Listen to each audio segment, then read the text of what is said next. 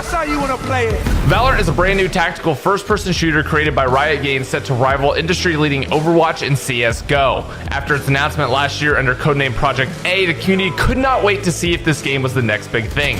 Valorant is a character shooter, which means that the character, or in this case the agent that the player chooses, will have a large impact on the game. Riot recently invited a handful of creators to playtest Valorant's alpha build, and to put it plainly, we're impressed and we think you'll be too. I'm NoahJ456 with 100 Thieves, and this is everything you need to know about Valorant. Oh my god, I'm so much better. He's weak, 150 health. Let's go! Once you queue up and a match is found, you'll jump right into a character selection screen. Once the player locks in an agent, there is no switching and only one agent can be chosen per team. I'm sorry, but you will not be able to play a 5-man Brimstone comp and nuke the entire map. Each game of Valorant is broken down as follows. It's a best of 25 rounds, and the first team to 13 rounds wins. You'll play 12 rounds on offense or defense and then switch sides with your opponent for another 12 rounds. A huge thing to note is that Valorant has an economy arsenal system, meaning that each round you'll need to use your credits stored and earned in the previous round and to purchase your weapons from the arsenal. Each round in Valorant consists of 3 phases. The first phase is the preparations phase. You'll be able to move around a portion of the map, but it will be blocked by blue barriers that drop once the round starts. This is your time to buy weapons and armor, and if you don't, you'll have to fight with what you got. The second phase is the actual fight. It's 1 minute and 30 seconds of a fire flinging, poison breathing, dagger throwing game of chess that ends with the bomb being detonated, disarmed, or the enemy team eliminated. Let's go! Give me my subs, bro! The third, albeit rather brief phase, is the 6 seconds after the round ends used to pick up any weapons you want to carry into the next round. Rinse and repeat 11 more times, switch sides, and do it all over again until a winner is crowned. This is how a game of Valorant works in a nutshell.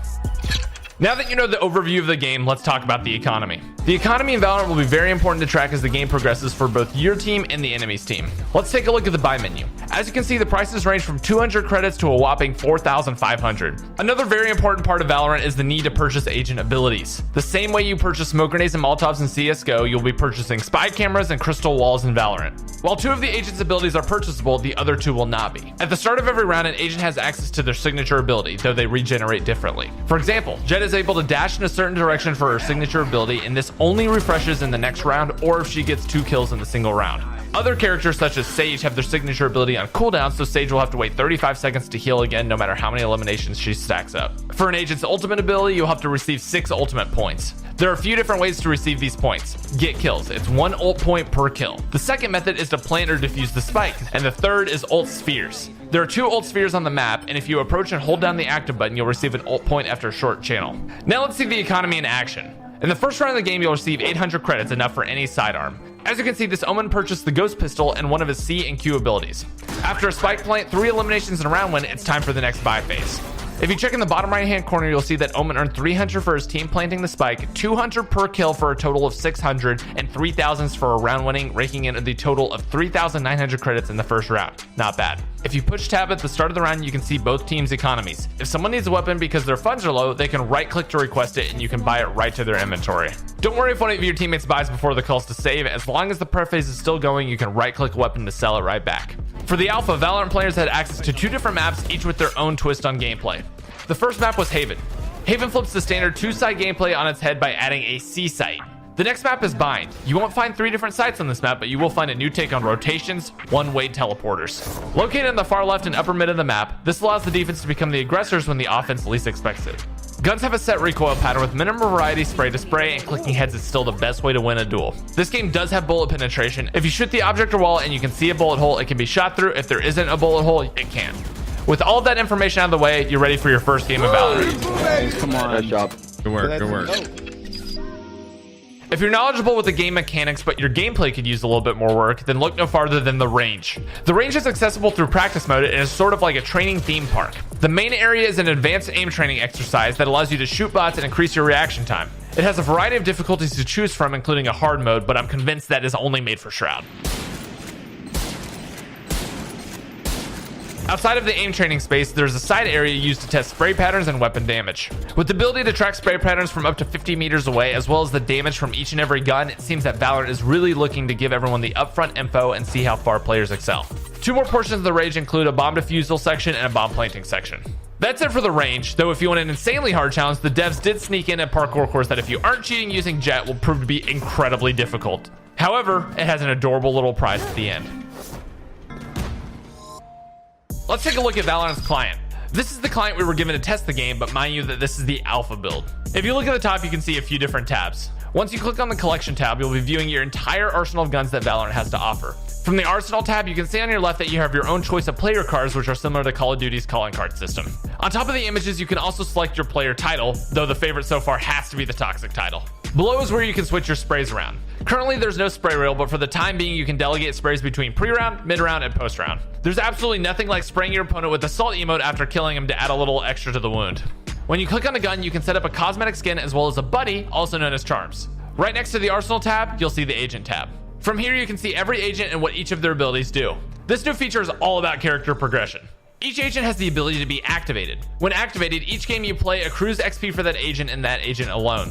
All the XP you earn unlocks different tiers. Tiers 1 through 4 of the contract usually unlocks the calling card and titles, and tier 5 is when the agent is actually unlocked. From tier 6 through 10, there are normally animated sprays, gun buddies, and a custom gun skin for that agent's weapon of choice. Tiers 6 through 10 are located in the Chapter 2 tab, which seems to indicate we can expect a lot more of agent progression over time. The play tab, as it suggests, is actually how you get into the games. You'll see your friends listed on the right-hand side of the screen and the scores of the games they are in. While we didn't get a chance to go over ranked play in the alpha, we did see a sneak peek at the tiers. As of right now, instead of League of Legends Iron, Bronze, Silver, etc., it's Mercenary, Soldier, Veteran, Hero, Legend, and Mythic, and at the very top, Immortal. Next, let's quickly go over the store. If you look at the top right hand corner, you can see there are two different types of currency. The currency on the left is the premium currency, similar to RP, while the currency on the right can either be purchased or earned in game. At the moment, all of the currency is used for cosmetic gun skins that provide no competitive advantage. When you launch the store, you'll see a featured collection available to all players. However, if you look below it at the offer section of the store, that is randomized exclusively for you. Some of the potential unlocks for these are different colored tracer bullets, a new colorful scope, or enemy death animations on the final kill in a round. This is all we know about the shop at the moment, but something tells me there will definitely be more customization added in over time. That's about it when it comes down to what we've learned about Valorant so far, but one thing we want to hit on is how the experience actually felt. Riot has spoken publicly about how this is a multi-year investment, and creating a new age tactical shooter is something they have immense passion behind. One of the main ways to get to the heart of this genre's established player base was the promise of 128-tick servers. We can tell you from a weekend of playing that the hit registration felt extremely smooth and all the gunfights were lag-free. All in all, Valorant has traded detailed realism for a colorful and focused game design that rewards strategic game sense and impeccable aim. While the game did get a bit chaotic with the use of agent abilities, none of them seem too broken to the point of concern. I had a ton of fun playing the past alpha, and I'm looking forward to the upcoming closed beta. And most importantly, if you like what we're doing here at 100 Thieves, make sure you hit those like and subscribe buttons. It helps us out a lot. We win those, we win those. Oh, go crazy, man.